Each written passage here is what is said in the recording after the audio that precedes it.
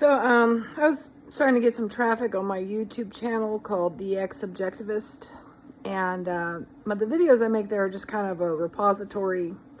I don't try to advertise my channel a whole lot, but it got some traffic, and it was Ayn Rand followers doing what Ayn Rand followers do, which is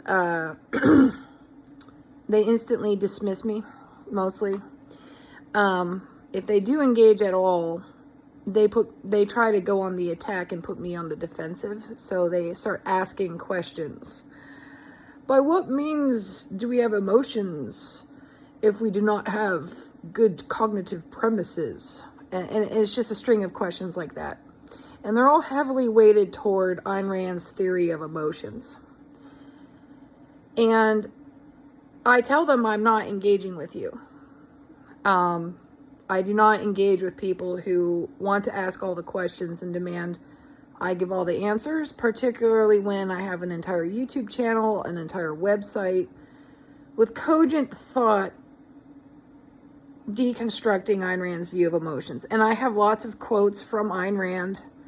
I've read Ayn Rand's work twice, all of her work twice. And by twice, I mean I read it when I was younger and I read it when I was older. And so I read some of the books 2 or 3 times. I'm saying I've read a lot of Ayn Rand, but I'm always accused of not understanding her ethics or her view of emotions from people who cannot bother to read what I've written, and they don't ever explain how I don't understand it. But anyway, I get these comments, and they get all sorts of likes within like an hour. I'm amazed by that, to be honest. And it's kind of like a ganging up on me.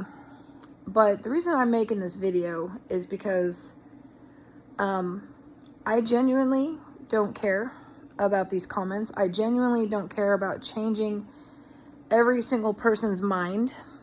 And here's why. I've been an author for over 20 years now. I've been a fairly successful author for the past 8 years, six years. And by successful, I mean I have a worldwide audience doing what it is I do, and I don't care to share details here. And in my experience, so first of all, I'll just say I'm very good at what I do. And I tried to explain what I do. What I do is something just about everyone has to do. And I'm pretty good at it. But what I found is not everyone wants to hear how to be good or how to do things, especially when they deviate so much from what people currently think. So my point is is that I know as an author that I only write for 5 to 20% of all people. That's it. If I'm lucky. And as I've gotten more and more kind of specialized in what I do, which is to say more and more divergent from how mainstream does things, and I get lots of success, you might see that I look better than in previous videos. I'm older. I'm 44 years old, and my skin is getting healthier, but I'm not in the health field. I'm in a different field. But as I diverge and I get more specialized in what I do, I'm finding I write for 5 to 20% of the 5 to 20%. It's a very, very narrow market that I'm writing for, especially once I start to get into deconstructing. So there's what I do and explaining what I do, which is practically a trade.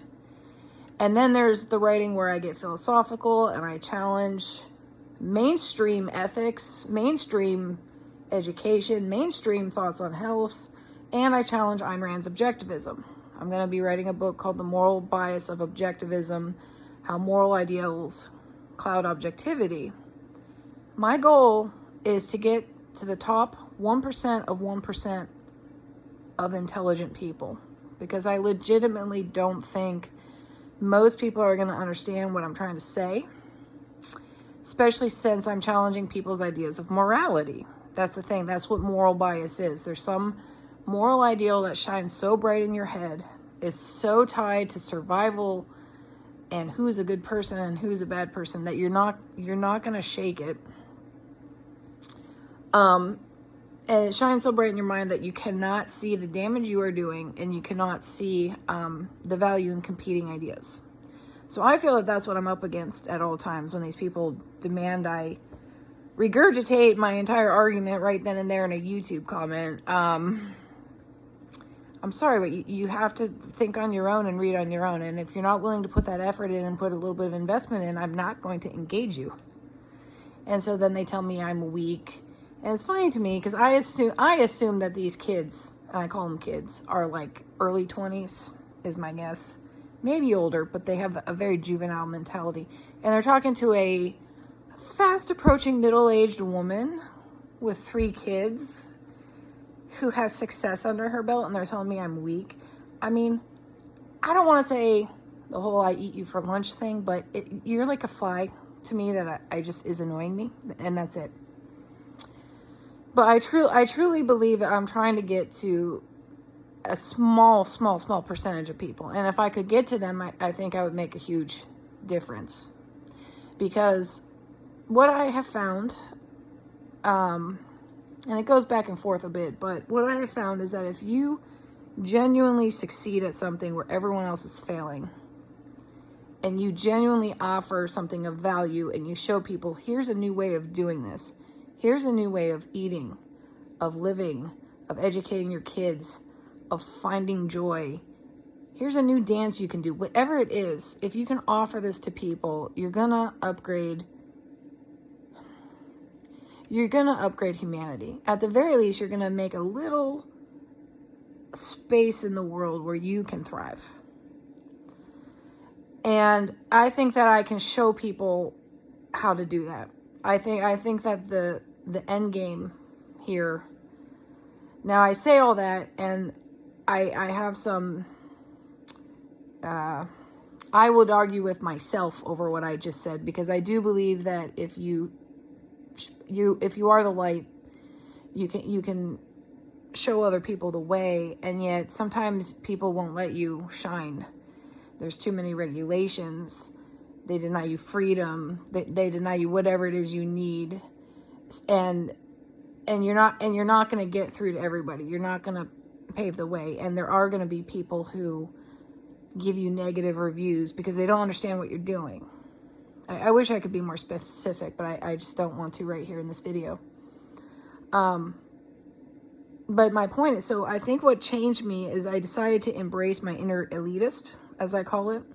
The person who knows they're doing well and who cannot connect with these other people who refuse to understand what you're doing, who see you as weird, who purposely try to shut you out. And this has been my experience with like 80% or more of people who, some of the stuff I do, they see as immoral or unsafe or whatever. But my point is, be the light, but be the light for other people who are like you, however small a percentage, because it comes down to culture. It comes down to living. It comes down to living well. There was that libertarian project where they all wanted to move to one state and make it libertarian, and it's not going anywhere. People aren't inspired to go live somewhere just because there's a particular government. They want to live well. They want to eat well. They want to dance. They want to have community. If you want to start a new religion, of course I'm not religious, all you need is 2 things. You need a school to raise your kids in. That builds community right there. And you need a way of eating that you all kind of agree to. If you have these 2 things, you have a culture. You have something new. And I believe I can help put together a blueprint for people, because I finally decided that's the route I'm going to take with my book. I haven't been able to finish this book because I don't know how to end it. I know what moral bias is. I know the moral bias of objectivism. So moral bias is when something shines so bright in your mind, is so amazing, such as objectivism is to objectivists. You can't see the damage you're doing, and not only that, but the system prevents the feedback that would allow you to see the damage. So in objectivism, they don't allow a person to feel their natural emotions. In objectivism, there is no natural emotions. There are only secondary emotions, which are a product of your cognitive premises, either conscious or unconscious. So there is no natural pre-wired programming. There is a mechanism there, but it gets programmed either by society or by you, according to Rand. I'm arguing it is biological. It is meant to serve you. You can't tinker with it except at great cost to you. But my point is that your natural emotions can't talk to you. And so when objectivism is failing you, when you've lost your job, when you're such a jerk to your wife, she leaves you, because objectivism engenders this behavior. And people are, let's say the emotions of other people, they're telling you, you're making me upset, and you just tell them, well, you can't see natural emotions in order to update you to realize that this is failing you. So moral bias has a malignant feedback loop. And so I explain that in the book. I explain the moral bias of objectivism. I explain what objectivism, up, right, left, down, and up again. I explain how this affects you in daily life, because whether or not you feel your feelings and consciously identify them in the moment, or whether or not you're trying to control your feelings, the way objectivism affects daily life. So I give some examples. But then what? So what? I've deconstructed objectivism. I think moral bias is a fatal flaw in the human mind, qua humans. But then what? And I have finally decided I'm going to put together a blueprint of how to live. I'm going to argue that morality is health, focusing on your health, figuring out how every single cell in your body needs to be at its best, how to feed yourself, how to avoid poisons, like what are the principles of health? Because I agree that morality is linked to life and not at an afterlife, but I drive it to a more molecular level than Rand does. Rand's too specific. She says if you are productive and you achieve and you make money, you'll be happy and you'll live well because you have money and resources. That's not the one and only way to live. It's not necessarily a way to attain happiness, and it's not even a way to attain health necessarily. So I talk about health on a very medical level. I've had an incredible health journey from my 20s to now. And I talk about education, how traditional education, which is very much rooted in religion, we have lectures and tests as if it's, the pastor giving out the sermon, and all blame is put on the kid to try to do well. We don't give enough experiences, games, mentorship. But if you had a philosophy on how to educate kids, and that's the thing, like you could create, I do child developmental research, and it's very popular worldwide. And I believe that we could give children nearly a high school education by the time they're done with 8th grade. The current education is very inefficient. It's uninspiring. If you did it right and you're creating children who are happy and full of life and intelligent, like you have the start of something. And I talk about health and medicine. Well, one of my big things is we're being told that like absolutely plain, bland, tasteless food is the very best food for us, like white meat and vegetables. It's not. Food should be pleasurable. Our own bodies kind of know what's best. We're being poisoned by stuff. Actual food is not bad for you. If you want to eat what your grandma ate ice cream and cinnamon rolls, but they didn't have corn syrup and vegetable oils in them. So food, culture, dance, like I'm going to put together a framework of something new. And I just went to the Caribbean. I went on a vacation there. And, I actually legit love the people there. Their attitude of there are no problems, just temporary situations, but there's always a solution. I legit love humankind as humankind, except what moralism does to humans. But the Caribbean, they don't have the engineering efforts to make it be what I'm used to living in America with. And there's a very clear upgrade in humanity where we develop that engineering talent. And I don't think anyone would deny that it's not nice. It's nice to live with air conditioning and sturdy buildings and not have rusty nails everywhere like you see in the Caribbean. And I think what I'm saying could be the next upgrade like that. going from this life, which is good enough, keeps you alive, to thriving a little bit better.